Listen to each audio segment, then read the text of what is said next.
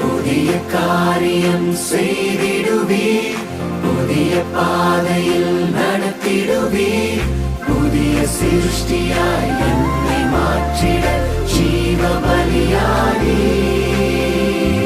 மனிதரின் பாவம் போக்கவே, உலகத்தின் பாரம் சுமக்கவே, மரணத்தை வேரோடு அழிக்கவே